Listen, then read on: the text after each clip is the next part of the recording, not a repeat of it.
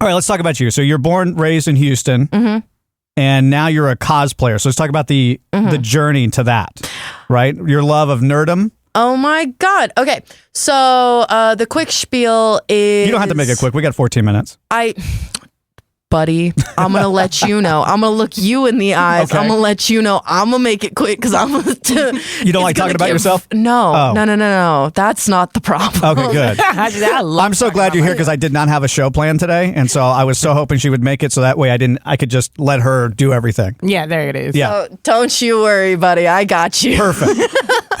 The whole like old username was like the soapbox. Like I was always on some type of rant somewhere. Yeah, so that's why it's gonna be quick because I'm gonna have plenty to say about everything in between. Gotcha. The quick spiel is that I got into cons and cosplay at the same time because my friend who I invited to her first con was like, this is what the cool kids do. And I was 12 and she was cooler than me. So I was like, if I gotta dress up to be cool like the cool kids, I'll do it. And then I saw people dress up and I was like, this is the coolest thing to ever exist. Because again, you know, when you see those weird people at cons, coolest thing you ever. Yeah. No, they're pretty awesome. And they got a lot to say and I love it. They love what they do and that's why I love it. The best. Yes. I love that so much. So I got into it very, very young. And I've been in cons all since then. So my dad was the one who got me into conventions. He's the one who still like really pushes me to do cons because he's a big nerd. You'll never see him out and about. He's not social or anything, but he is just like, he loves the scene. He loves all of that stuff. Like he was the one who got my brother into it. And then I was like, you keep taking my brother to these conventions. This is sexism. Yeah. This is unfair. Right. You always have these cool con stories that I know nothing about. And so I was like, take me to these cons or sexism exists. And he was like, you're so right. Like I've got to raise a strong woman as a daughter. Yeah. Like, so I started going and I've been going since then. And I've been in the con scene for a very long time, in the cosplay scene for a very long time. And it's wonderful. It's so amazing. I got into weightlifting because of cosplay. So when I was like 12 years old and I got into costuming for the first time and like all the dressing up, y'all are familiar with Harley Quinn, right? Yeah. You know, she's generic. I'm a huge Batman fan. Yes. So Yeah, for sure.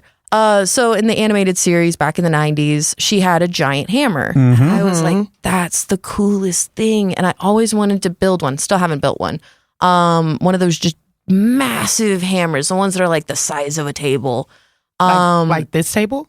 Have you not seen how ridiculous? Okay, I've seen the 90s. I know she's been away for a little bit. Much. You know, I know about the animation version in the 90s. She hasn't been locked up for 30 years. Right. I know that much. But I've seen the hammer. But I was like, when you said like as big as a table, like it's a small big. Table, like a small table. Is it bigger than Jim Adler's? But like Texas hammer. But yes, the hammer. I always wanted to be able to lift a like actually accurate sized one, and that would just be a massive log.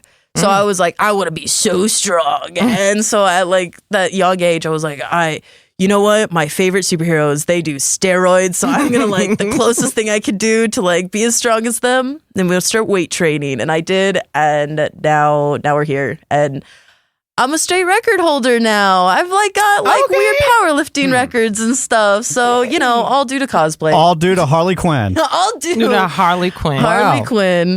So your dad, going back to him, talking about how he's a big nerd or whatever. What was he into? What did he used to watch, or what does he watch? What is he? So Star Trek is one of the big ones. He was a part of the big 90s boom in comics. I can talk about the whole history of comics because of him. But he was a part of the 90s boom where, you know, there was the big stock in comics. If you don't know, everybody was buying comics at that time because they were the, you know, popular thing. The movies started coming out. Everything was coming out. So he got into that. And then in the 2000s era, Comic-Con International got massive.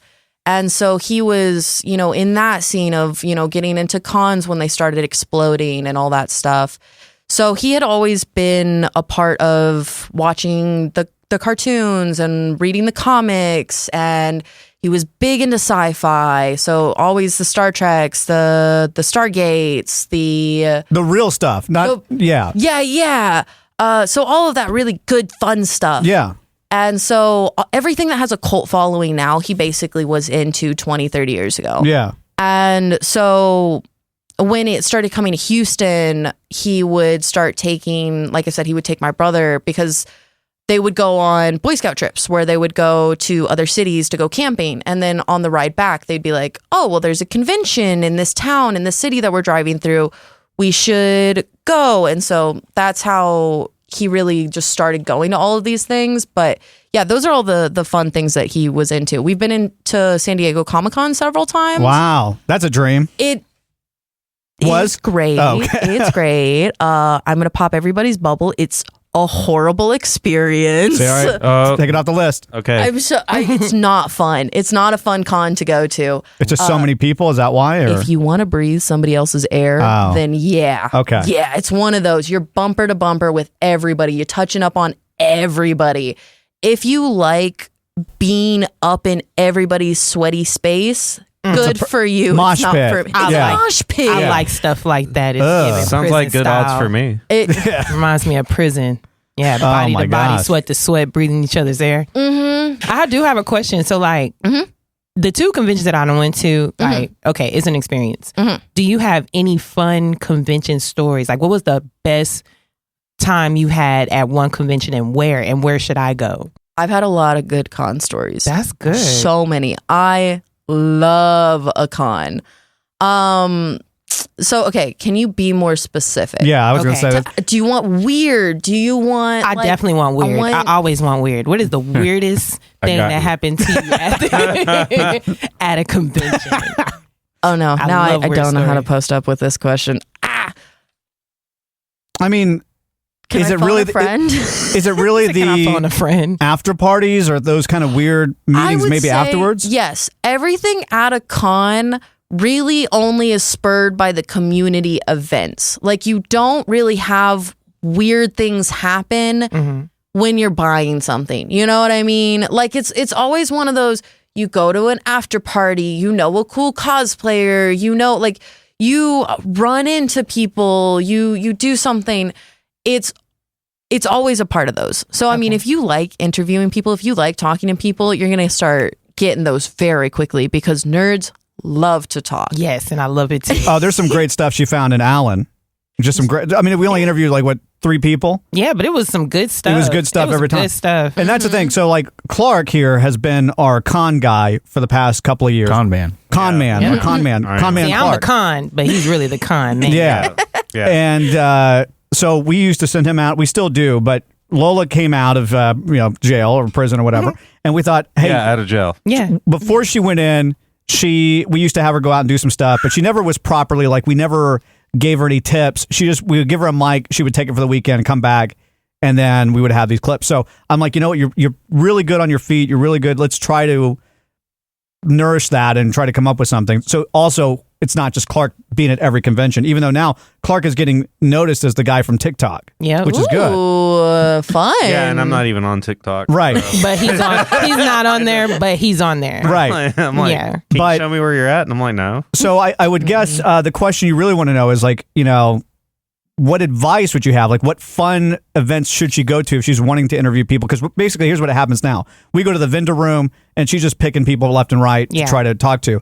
But there's got to be a better way, right? No. That's it? That's exactly how you Absolutely do it. not. Okay. I knew I was doing something right. Yeah. It's because, like, this man got his face painted green with these weird horns on his face, and I want to see how that happened. That's exactly what I had. Exactly. How did this come? What is going on here? No, my advice is to be nice. Like, people always freak out about the, like, how do I approach things? I'm like, my brother in Christ. It's not about how you approach it. It's not about it.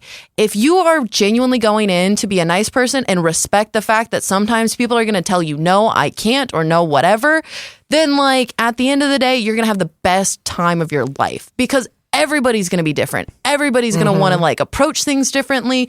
You got to meet them where they're at. And, like, if you guys are not going to be cool with each other, Don't worry about it. Move on. Because there's so many people who are there to talk and have a community. They want to talk about it. They're aggressive about it. Like, not aggressive in a bad way. No, but like, you used the right word. They're passionate. They're very passionate about it. It's the best. And I love it. And it's one of those where it's like, again, you have to be okay with somebody saying no to you, because the moment you like take it as a personal offense, then you've lost.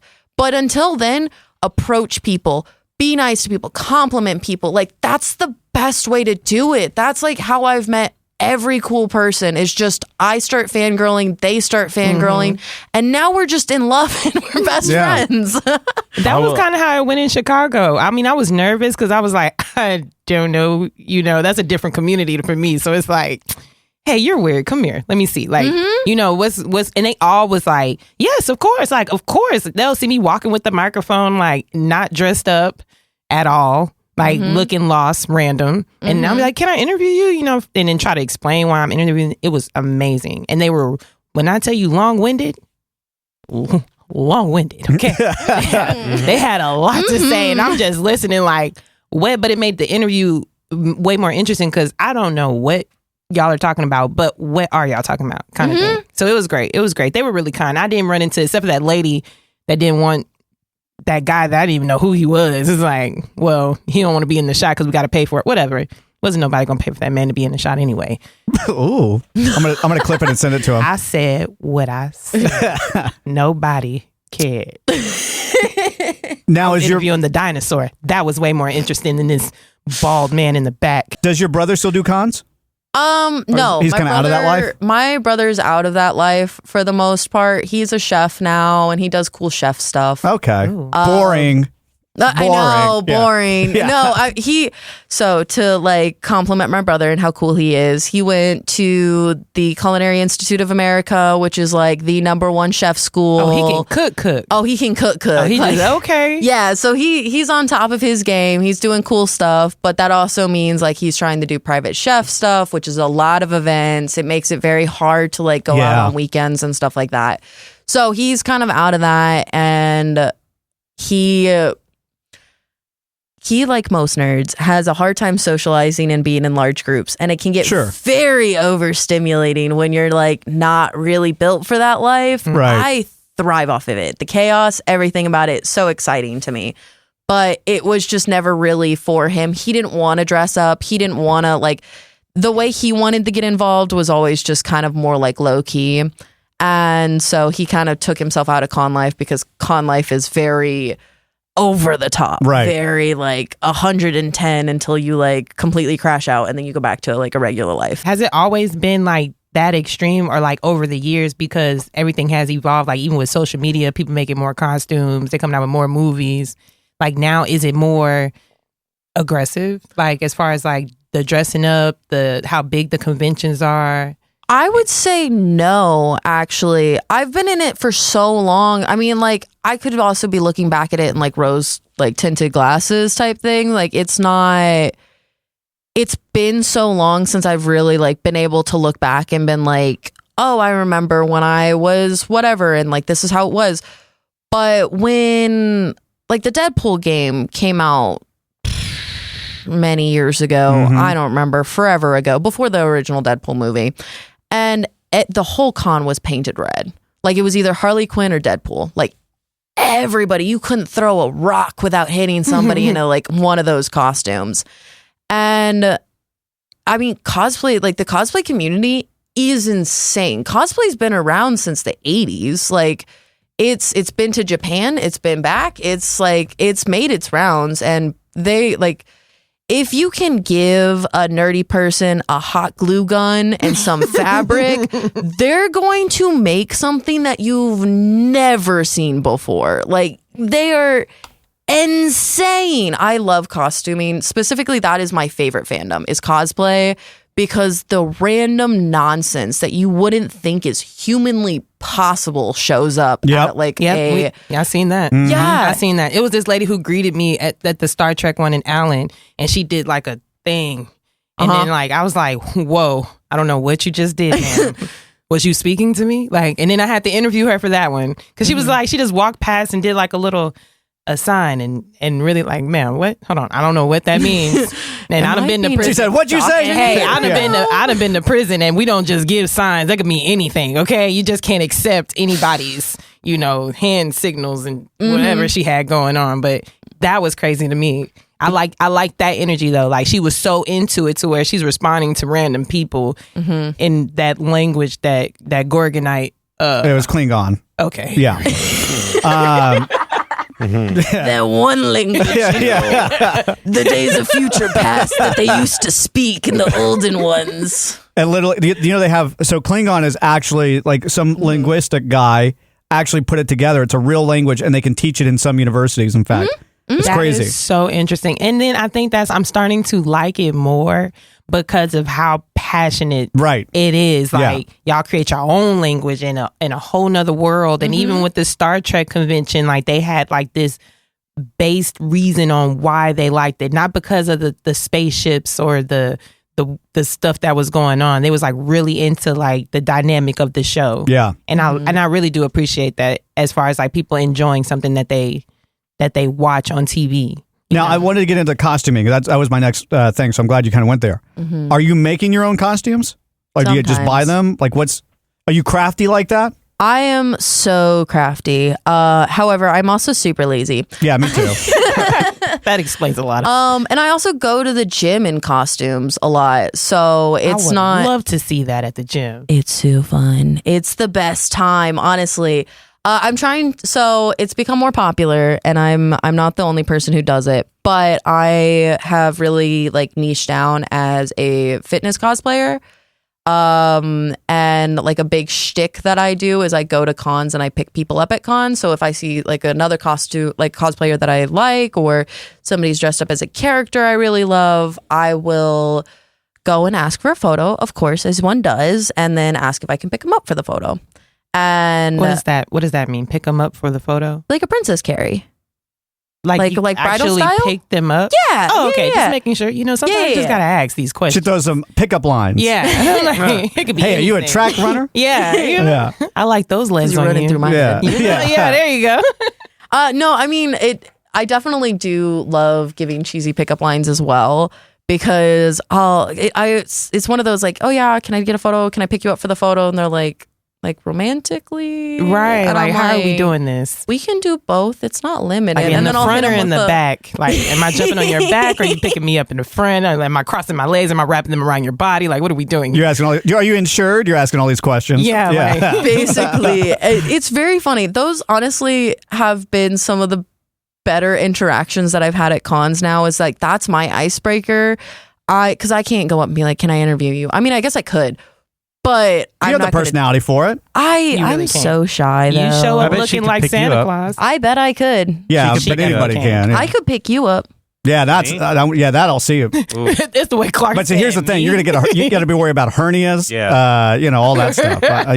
Are you talking to me? Worried about a hernia? So funny. Yeah, you got to worry about hernia. So funny. I'm talking about for him. No. Oh, okay. Clark Sweetheart, if they're under 400 pounds, I am not even blinking. Where'd you say you were? 405, Clark? I don't know. That chair is a strong chair. It is. We have it It's reinforced. holding down the fort right now. Man, is it nailed to the ground? Like, what's going on here? So, like the costume we're wearing now, though, the Mrs. Claus. Yes. Is that what it is? Okay. Yes. Did you make any of that? No. My mom bought me this dress. Okay. And then I got this wig. Just shopping with one. Oh, that's a wig. Yes, this is a wig. Oh, okay. Oh yes, I'm a shapeshifter. Right. Yeah. This is not my natural hair. No, I actually have very cute short bob going on right now under these. But yeah. And then the boots. My mom also bought me. And so when you go to a con, how big's the luggage? Because you have to bring costumes for every day, right? Yes. So my friend, who you can't see, exists somewhere in the ether. We need to get you friend some in the headphones, ether. by the way. I'll get you some headphones here in the break. We're about to take a break. So Don't worry about him. He doesn't actually exist. You Okay. can't see him. He's not real. right. There's nobody there. Darn it, I have to go to my therapist. Yeah. I knew I should have never took them shrooms this dang it. morning. Goodness. I could have sworn it was somebody over there. I could have sworn too. Goodness. But he has currently filled almost all of my car with all of his costumes. Wow. All of my costumes are currently in a laundry basket right now. I have about a laundry basket full of stuff for this weekend. So I didn't pack very heavy because a lot of my costumes when I go to conventions, knowing that my gimmick's going to be that I'm picking people up, I can't bring foam. I can't bring props. I can't bring like a lot of things that could break. I can't bring anything too big or bulky. So a lot of it is just like You can fit it in a bag, like one suitcase, basically. yeah, anything that could bend, anything that can like, just be crushed and then just steamed and brought back to life is what I usually bring to cons now. I am going to push very hard next year to start competing more for different cosplays. There's a lot of armor builds that I that's want cool. to sink my teeth into. There is a character, Ares from Injustice. This is a pull. Most people aren't familiar with him, but it's a full, just giant man with full armor from head to toe, just full armor. Samus from Metro. Yeah. Metroid. I know him Right, from there we go. Super Smash Brothers. Yes, Yeah. or all of that. Yeah. Wasn't it a woman? Yeah. Yes, Oh. No, I know of them a from 6 foot tall lady. Yeah. So Super Smash Brothers. She is a character that I want to cosplay the full armor build, and I'm supposed to compete in a nerd bodybuilding show in September called the Quest of the Muscle Nerd, or like the Muscle Nerd competition, where cosplayers go out who are also fitness nerds, go out in a bodybuilding competition and basically do the best, like pose down, showdown As their character? as their character. Oh, that's cool. That is so interesting. Should definitely go. You should look it up. There are some massive people. Like there's some like real big dudes. There's also just Right. like really, everybody's so fit in their own way. And it's not even about being big it's obviously about being fit, but it's not just about like size and stuff. It's about like, how can you represent your character? How can you still keep that trueness and like step on stage And and be so strong as exactly. We had a Pokemon trainer, which was so cute. They've done He-Man. My friend won as He-Man. I was gonna go as Evelyn with him. We were gonna do a little partner cosplay show, and I didn't get to do that. Y'all should all look up all these characters. I'm so sorry. I have to because I know nothing. I'll put you on. Don't you worry. But we're first off, getting there. so we have a big convention we go to in August.